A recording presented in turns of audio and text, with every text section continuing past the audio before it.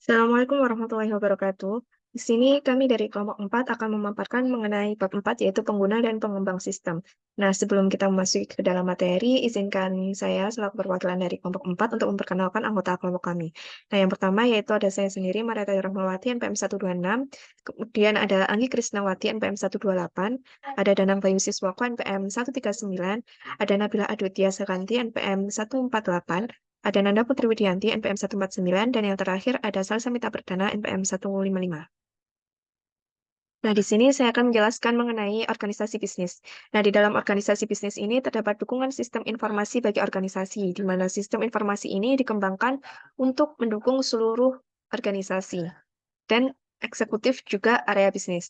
Nah, di sini terdapat sebuah gambar yaitu yang menunjukkan sistem informasi yang dikembangkan untuk mendukung tingkatan-tingkatan dan area-area organisasional. Nah, kerangka ini merupakan sistem informasi yang dikembangkan untuk mendukung tingkatan-tingkatan dan area-area organisasional yang dimaksudkan untuk memenuhi kebutuhan informasi umum para manajer perusahaan. Nah, sistem informasi eksekutif dirancang untuk digunakan oleh manajer tingkat strategis perusahaan, dan 5 sistem informasi di tingkat lebih rendah dalam figur tersebut mencakup kebutuhan informasi unik dari area-area bisnis tersebut.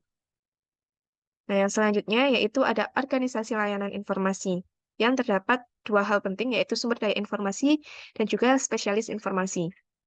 Nah, di dalam sumber daya informasi ini, sebagian besar sumber daya ini pada umumnya berlokasi di layanan informasi dan merupakan tanggung jawab dari Chief Information Officer atau CIO. Hal-hal yang terkait dengan sumber daya ini diantaranya yaitu perangkat keras komputer, perangkat lunak, spesialis informasi, pengguna, fasilitas, basis data, dan informasi. Nah, sumber daya informasi yang terdapat di area-area pengguna menjadi tanggung jawab dari para manajer area pengguna. Yang kedua yaitu ada spesialis informasi, di mana yang pertama yaitu ada analisis sistem atau analis sistem, di mana spesialis ini bekerja dengan pengguna untuk mengembangkan sistem-sistem baru dan memperbaiki sistem-sistem yang sudah ada. Analis sistem adalah orang yang ahli dalam mendefinisikan masalah dan dalam membuat dokumentasi tertulis mengenai bagaimana komputer akan membantu menyelesaikan masalah-masalah tersebut. Yang kedua yaitu ada administrator basis data, yaitu spesialis informasi yang bertugas atas basis data disebut dengan administrator basis data atau disingkat dengan DBA. Nah, tugas DBA ini terbagi dalam 4 area utama, yaitu perencanaan, implementasi, operasi, dan keamanan. Yang ketiga yaitu ada webmaster, di mana webmaster ini bertanggung jawab atas isi dan penyajian situs web perusahaan. Webmaster harus bekerja sama dengan spesialis jaringan untuk memastikan bahwa jaringan komunikasi antara perusahaan dan pelanggan atau sekutu bisnisnya selalu terbuka. Nah, satu tugas penting dari seorang webmaster adalah melacak orang-orang yang mengunjungi halaman web perusahaan. Yang keempat yaitu ada spesialis jaringan, di mana spesialis jaringan ini bekerja dengan analis sistem dan pengguna dalam membuat jaringan komunikasi data yang menyatukan sumber daya komputasi yang menyebar. Kemudian yang kelima ada programmer, di mana programmer menggunakan dokumentasi yang dibuat oleh sistem analis untuk membuat kode program komputer yang mengubah data menjadi informasi yang dibutuhkan oleh pengguna. Nah, yang keenam yaitu ada operator, di mana operator menjalankan peralatan komputasi berskala besar seperti komputer mainframe dan server yang biasanya berlokasi dalam fasilitas komputasi perusahaan. Selanjutnya akan dipaparkan oleh rekan saya. Baik, sebelumnya perkenalkan nama saya Anggi Krisnawati dengan NPM 21013010128 yang akan menjelaskan tentang struktur organisasi layanan informasi. Jadi, dalam layanan informasi, spesialis informasi itu diorganisasikan dengan berbagai macam cara. Unit organisasional dalam perusahaan yang pertama disentralisasikan dengan seluruh sumber daya informasi yang ada, pusatnya itu berada di unit IT atau informasi teknologi. Kemudian yang ada pada slide itu terdapat bagan struktur organisasi bagi unit layanan informasi perusahaan yang tersentralisasi. Jadi struktur ini tuh dibentuk dengan menyesuaikan siklus hidup sistem, di mana beberapa analis sistem dan programmer itu ditugaskan untuk mengembangkan sistem, dan analis sistem dan programmer lainnya itu ditugaskan untuk memelihara sistem yang sudah ada. Dan dalam setiap tim itu dipimpin oleh seorang manajer. Kemudian selanjutnya adalah struktur organisasi inovatif yang terdapat 3 model di dalamnya, yaitu yang pertama adalah model sekutu. Jadi model ini tuh berbasis dari informasi yang bekerja dengan area bisnis dalam menggunakan teknologi informasi untuk menghasilkan sebuah inovasi bisnis. Kemudian yang kedua adalah model platform. Jadi dalam model ini ada asumsi yang mendasarinya, yaitu layanan informasi tidak aktif mengawali inovasi bisnis, akan tetapi hal tersebut dapat menyediakan informasi sehingga inovasi tersebut dapat dijangkau oleh seluruh area bisnis. Kemudian yang ketiga adalah model terskala. Dalam model ini sumber daya harus diperoleh saat peluang pasar muncul dan harus segera dihapuskan atau dilepaskan apabila peluang tersebut sudah tidak ada lagi atau sudah tidak tren lagi. Seperti itu.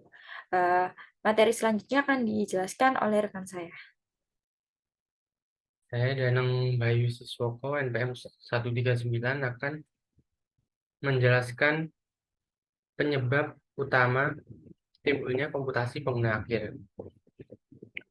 Komputasi pengguna akhir timbul disebabkan oleh 4 pengaruh utama. Yang pertama, dampak pendidikan komputer.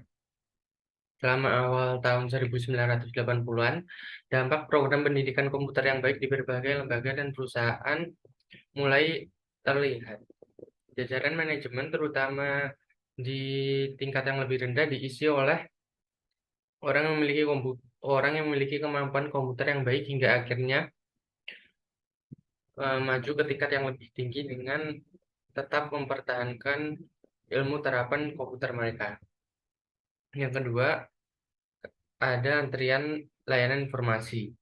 Layanan informasi tidak dapat memberikan respon yang cukup cepat untuk memenuhi tuntutan pengguna hingga akhirnya antrian mulai menumpuk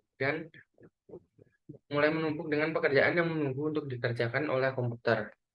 Jadi komputer itu turut membantu untuk mempercepat antrian layanan informasi.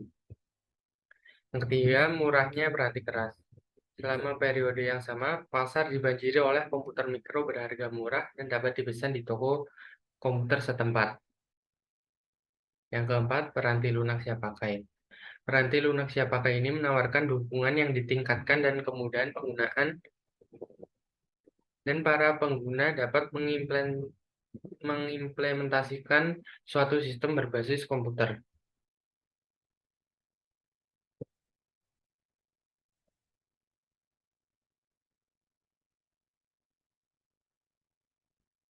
Selanjutnya ada keuntungan komputasi pengguna akhir. Keuntungan komputasi pengguna akhir memiliki dua manfaat utama. Yang pertama, menyamakan kemampuan dan tantangan. Pergeseran beban kerja dalam pengembangan sistem ke area-area pengguna memberikan kebebasan bagi spesialis informasi untuk lebih berkonsentrasi pada organisasi secara luas dan sistem-sistem yang rumit, yang memungkinkan mereka melakukan pekerjaan yang lebih baik. Yang kedua, untuk mempersempit jarak komunikasi. Ketika pengguna mengembangkan aplikasi mereka sendiri, maka tidak akan terdapat jarak komunikasi. Demikian pula ketika pengguna mengembangkan sebagian dari sistem mereka, jarak ini akan menyempit sehingga komunikasi akan dijalankan dengan lebih mudah. Tapi komputasi pengguna akhir ini juga memiliki risiko. Risiko yang pertama adalah sasaran sistem yang buruk. Pengguna akhir dapat menerapkan komputer pada aplikasi-aplikasi yang seharusnya dijalankan dengan cara lain, seperti secara manual. Sistem yang dirancang dan dokumentasikan dengan buruk. Ketika pengguna akhir tergesa-gesa dalam menyiapkan dan menjalankan sistem, mereka cenderung mengabaikan kebutuhan untuk mendokumentasikan rancangannya sehingga sistem tidak dapat dipelihara. Sehingga kemungkinan dapat terjadi pekerjaan itu tidak tersimpan dan kembali seperti semula. Yang ketiga, penggunaan sumber daya informasi yang tidak efisien. Ketika perusahaan tidak memiliki kendali pusat atas akuisisi peranti keras dan peranti lunak, perusahaan bisa mendapatkan peranti keras yang tidak sesuai dengan peranti lunak yang dimiliki. Yang keempat, hilangnya integritas data. Pengguna akhir bisa jadi tidak menjalankan kehati-hatian yang diperlukan dalam memasukkan data ke dalam basis data, sehingga menimbulkan kemungkinan pengguna selanjutnya yang lain dapat menggunakan data yang salah ini. Yang keempat, hilangnya keamanan. Pengguna akhir dapat tidak menjaga keamanan komputer mereka, sehingga para penjahat komputer atau cybercrime dapat memperoleh akses dan merusak sistem yang dapat merugikan perusahaan. Yang terakhir, hilangnya kendali. Pengguna mengembangkan sistem untuk memenuhi kebutuhan mereka sendiri tanpa menyelaraskan dengan suatu rencana yang akan memastikan dukungan komputer bagi perusahaan. Terima kasih. Selanjutnya akan dijelaskan oleh rekan saya. Sebelum kita lanjut ke materi selanjutnya, perkenalkan terlebih dahulu, nama saya Nabilah Aditya dengan NPM 148. Nah, oke, langsung memasuki materi. Jadi, di sini ada karir di bidang layanan informasi. Jadi, yang dimaksud karir di bidang layanan informasi ini adalah sebuah kriteria atau ketentuan yang akan sangat dibutuhkan dalam suatu bidang layanan informasi. Nah, di sini sudah tercantum 3 hal yang sangat dibutuhkan dalam layanan informasi, yaitu mengenai yang pertama pendidikan, kemudian yang kedua ada pengetahuan, dan yang ketiga ada keahlian. Jadi yang dimaksud dengan pendidikan itu adalah sebuah pemahaman dari seorang individu gitu ya. Nah, biasanya pemahaman ini terdapat suatu gelar. Jadi misal kita sekarang sedang berkuliah sebagai mahasiswa akuntansi, nantinya waktu kita lulus, kita akan mendapatkan sebuah gelar. Nah, itulah yang dimaksud dengan pendidikan. Nah, selama menempuh pendidikan, tentunya kita akan mendapatkan suatu pengetahuan. Nah, pengetahuan inilah yang akan kita gali, kita pelajari, dan bisa kita kembangkan. Terkhususnya, pengetahuan ini nantinya akan dapat sangat bermanfaat karena dapat menjadi sebuah bentuk kontribusi suatu pengembangan sistem layanan informasi itu sendiri. Nah, setelah pengetahuan, ada yang dinamakan keahlian. Jadi kan kita kuliah tentunya terdapat sebuah fokus, yaitu program studi atau sebuah jurusan yang kita ambil. Nah, nantinya itu kita akan mendapatkan sebuah keahlian di bidang tertentu, seperti itu. Nah, itu adalah sebuah keahlian yang dimana keahlian ini dapat disempurnakan dengan beberapa upaya pengembangan keahlian. Nah, kita bahas terlebih dahulu terkait dengan pengetahuan yang seperti apa sih yang dapat menjadi sebuah kontribusi dalam pengembangan suatu sistem.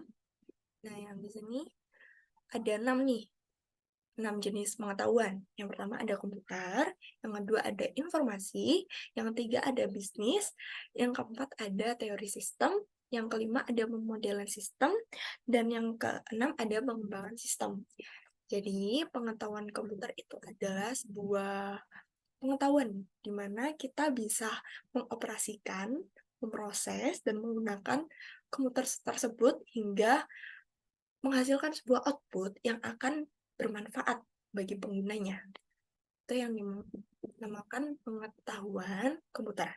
Nah, kemudian pengetahuan informasi adalah sebuah informasi yang kita terima, kita kelola, kemudian kita analisis, dan kita jadikan suatu pengambilan keputusan. Nah, itu yang dinamakan dengan informasi. Kemudian yang ketiga, dasar bisnis. Jadi sebelum kita berfokus pada pembuatan atau pengembangan sistem, tentunya kita harus paham terlebih dahulu, apa sih bisnis itu, bagaimana sih cara kerjanya, apa saja sih hal yang sangat-sangat penting bagi sebuah bisnis. Nah, seperti ini. Jadi, kita harus memahami terlebih dahulu terkait dengan teori-teori bisnis ini. Nah, kemudian ada sebuah pengetahuan teori sistem. Jadi, itu seperti halnya gambaran terkait dengan fenomena bisnis yang dapat dikomunikasikan melalui struktur normatif. Nah, kemudian pemodelan sistem. Yang dimaksud dengan pemodelan sistem ini adalah sebuah dokumentasi di mana dokumentasi ini dapat dibuat dengan alat-alat pembuat gambaran sistem. Jadi seperti adanya DAD, flowchart, gitu-gitu, itu yang dinamakan pemodelan sistem. Nah, kemudian yang terakhir, ini ada pengembangan sistem. Jadi setelah sistem dibuat itu, tentunya harus dikembangkan ya. Mengingat teknologi sekarang itu sangat pesat gitu meningkatnya. Nah, jadi kita perlu adaptasi terkait dengan pengembangan teknologi tersebut. Nah, itulah mengapa sebuah sistem perlu dikembangkan agar penggunanya itu merasakan efektivitas dan efisiensi dari suatu sistem itu terpenuhi, memadai. Nah, kemudian tadi sudah saya sebutkan juga terkait keahlian yang penting, dan keahlian kan pasti bisa dikembangkan ya.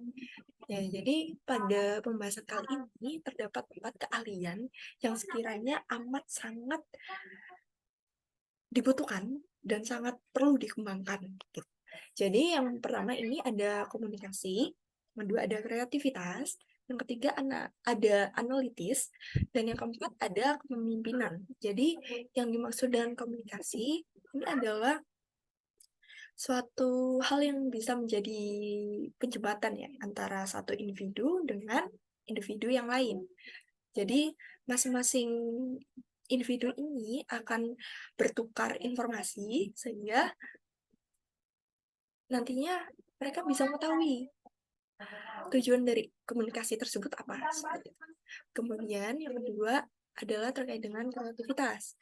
Jadi mengingat sangat maraknya kecerdasan buatan di era sekarang, ada satu hal yang tidak bisa ditiru dibuat kecerdasan buatannya, yaitu terkait dengan kreativitas. Jadi setiap individu itu pastinya memiliki sebuah kreativitas tersendiri, gitu. Beda-beda masing-masing individu. Nah, inilah yang menjadi suatu ide atau gagasan dari seseorang untuk tujuan pengembangan sistem. Nah, kemudian yang ketiga ini adalah analitis. Jadi, setelah suatu sistem itu digunakan, kemudian menghasilkan suatu output, nah perlu dikaji atas output tersebut. Jadi, seperti penyimpulan kondisi dari bisnis jika dilihat dari output tersebut itu seperti apa. Seperti itu. Nah, kemudian yang keempat ini adalah sebuah kepemimpinan. Kepemimpinan itu adalah suatu inisiatif diri gitu ya. Suatu kemampuan, keinginan suatu orang untuk mengarahkan orang lain agar dapat bertindak dan bekerja dengan lebih baik. Jadi seperti mengomando orang lain. Nah, kemudian untuk yang terakhir adalah bukan terakhir. Kemudian untuk yang selanjutnya yaitu terkait dengan pengelolaan dan penyelarasan. Jadi suatu sistem itu tentunya harus dikelola kan. Kemudian jika suatu tempat sudah menggunakan suatu sistem yang update gitu, tentunya tempat lain juga harus menggunakan sistem yang update agar informasi yang mereka salurkan itu efektif, efisien. Nah, di sini terdapat pengelolaan pengetahuan sumber daya informasi perusahaan. Jadi, ada yang namanya software dalam sebuah sistem dan basis data. Jadi, software ini adalah suatu pengetahuan yang mengenai proses dan prosedur perusahaan. Sedangkan untuk basis data itu lebih ke pengetahuan gambaran suatu sumber daya dan informasi yang dimiliki dari suatu perusahaan, termasuk bagaimana sih visinya seperti itu.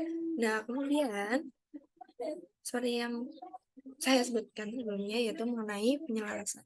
Jadi, teknologi informasi itu perlu diotomatisasikan. Jadi, setiap divisi tentunya kan memiliki sebuah sistem tersendiri gitu kan, dengan fungsinya sendiri, kemudian tujuannya sendiri. Nah, itu pasti saling berhubungan dari satu divisi sistemnya ke sistem divisi lain. Nah, itu perlu diotomatisasikan agar prosesnya itu dapat saling terhubung gitu. Jadi akan memudahkan sang pengguna. Nah, selain dari kedua hal ini, ada suatu hal yang penting mengenai layanan informasi bisnis, yaitu mengenai manajemen knowledge. Ya, jadi sebelum kita membuat atau mengembangkan suatu sistem, kita perlu mengetahui terlebih dahulu bisnis yang kita kelola. Jadi kita harus tahu apa sih kekurangan kelebihan bisnisku, gitu.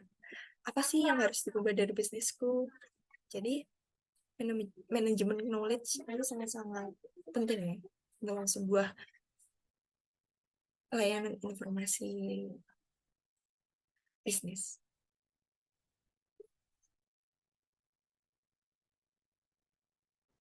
Perkenalkan, saya Nanda Putri Widianti, angkatan 149. Di sini saya akan menjelaskan materi mengenai pergeseran dan pemulihan masalah administratif, kemanajerial, dan kantor maya. Terutama mengenai pergeseran dari pemecahan masalah administratif ke manajerial. Semakin berkembangnya ilmu komunikasi dan bertambahnya pengetahuan komputer di kalangan manajer dan profesional menyadari bahwa mereka dapat menggunakan berbagai aplikasi untuk memecahkan masalah. Bahkan kalangan manajer dan profesional memiliki klaim atas aplikasi OAuth sama halnya dengan pegawai sekretariat dan administratif.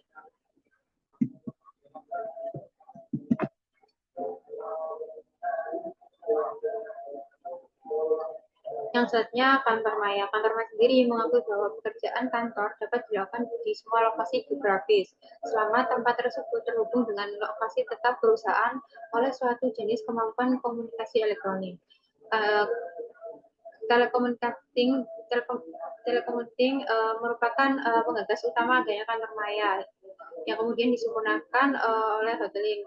Telekomuting sendiri awalnya digunakan oleh ilmuwan komputer seperti programmer system.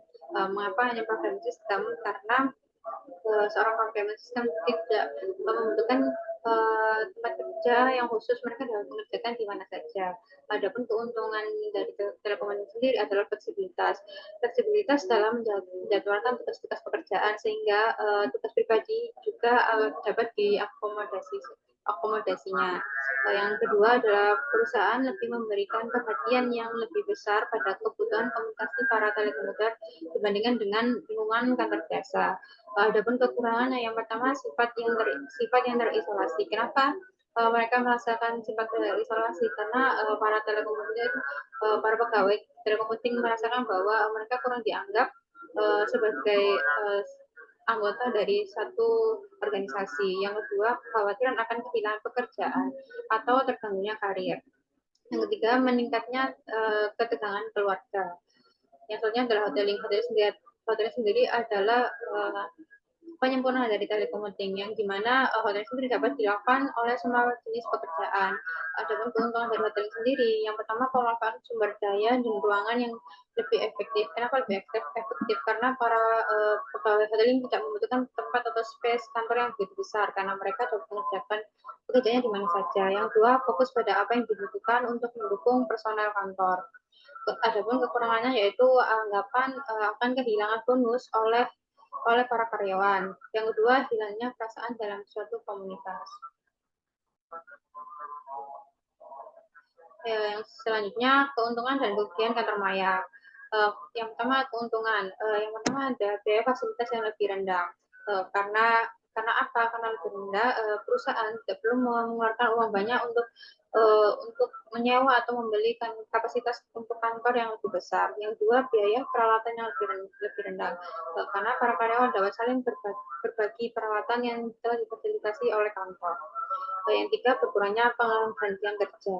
Tidak adanya libur kerja secara mendadak karena kegiatan kantor dapat dilakukan dimanapun.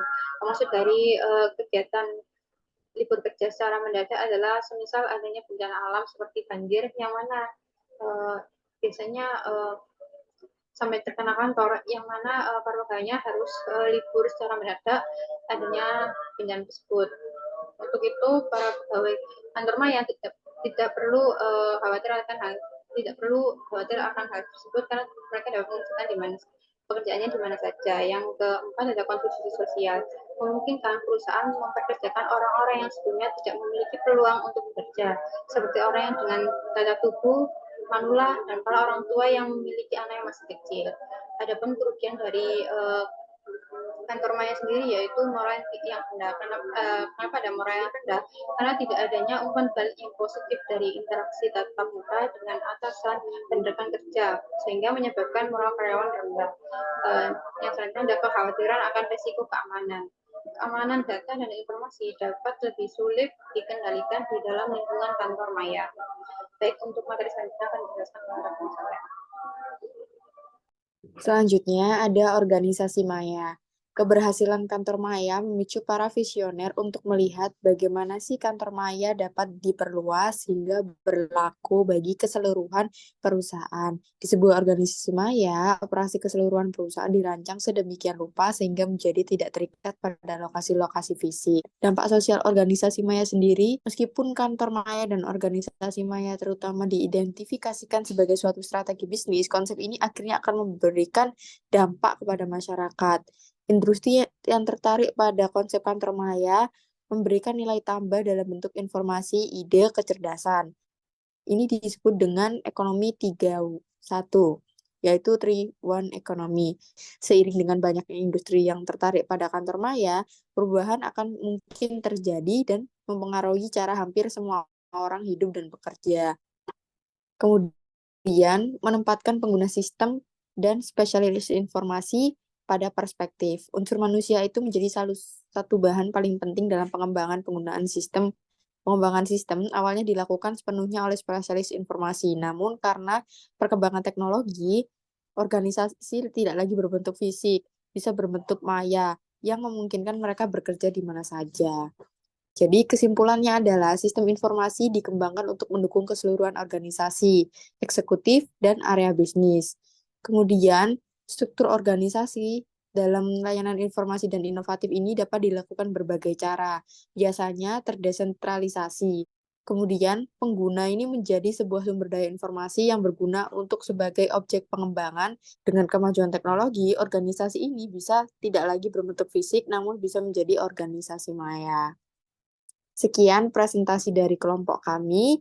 Kurang lebihnya mohon maaf. Wassalamualaikum warahmatullahi wabarakatuh.